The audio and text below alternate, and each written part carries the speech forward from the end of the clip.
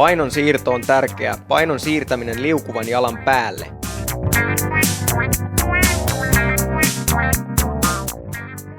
Painon siirtäminen ulkoterältä keskiterälle, sisäterälle liuun potkun edetessä. Katse ylhäällä, ylävartalo etunojassa säären suuntaisesti. Selkä mahdollisimman suorassa linjassa. Jalkojen ja käsien rytmitys vastavuoroisesti eteen taakse. Peliasennon ylläpitäminen, reiden ja säären välinen kulma pitää olla 90 astetta.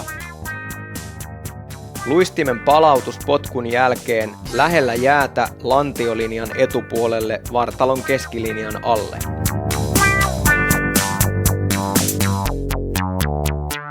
Liikeketjuna luistelussa pakara ojentaa lantion, reisi ojentaa polven, pohje ojentaa nilkan. Taaksepäin luistelun ydinkohdat ovat samat kuin etuperin luistelussa. Katse ylhäällä, mutta takaperin luistelussa on hieman istuvampi asento. Painon siirtäminen kyykyssä olevan jalan päälle, puristus sivulle. Potkaisevan jalan ojentaminen suoraksi sivulle. Polvi jalkaterän päällä samassa linjassa. Painopiste terän keskiosalla. Painon siirtäminen on tärkeää luistelupotkun voiman tuottamisessa. Muista, että varvas, polvi, lonkkalinja mahdollistaa tehokkaan potkun. Potku suuntautuu sivuun koko terällä.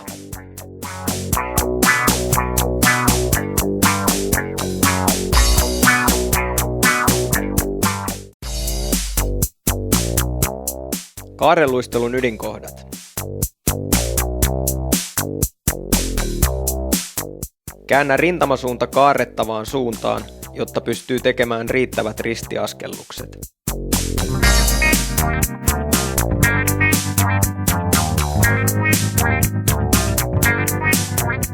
Hartialinja tulee olla suora.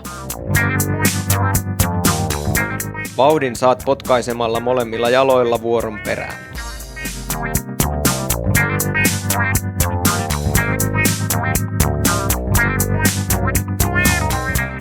Luisteluasento pitää olla alhaalla polvikulman ollessa 90 astetta.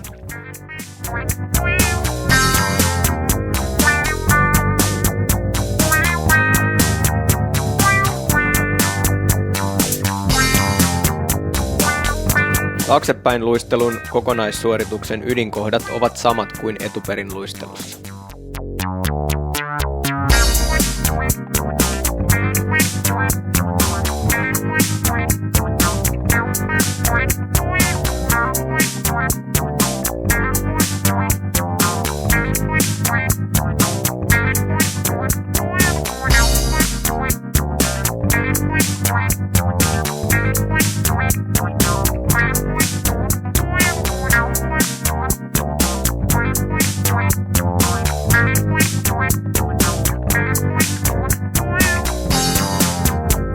Vauhtikäännös nopeasti tehtynä.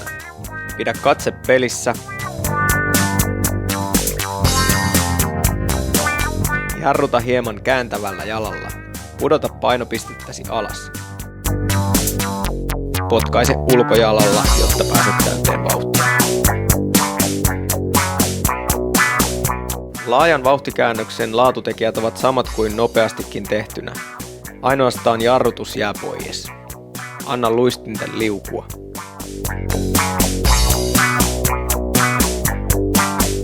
Jarrutuksen ydinkohdat. Painopiste alas. Luistimet pitää olla peräkkäin, jotta pystyt potkaisemaan tehokkaasti molemmilla jaloilla lähtiessäsi uudelleen vauhtiin.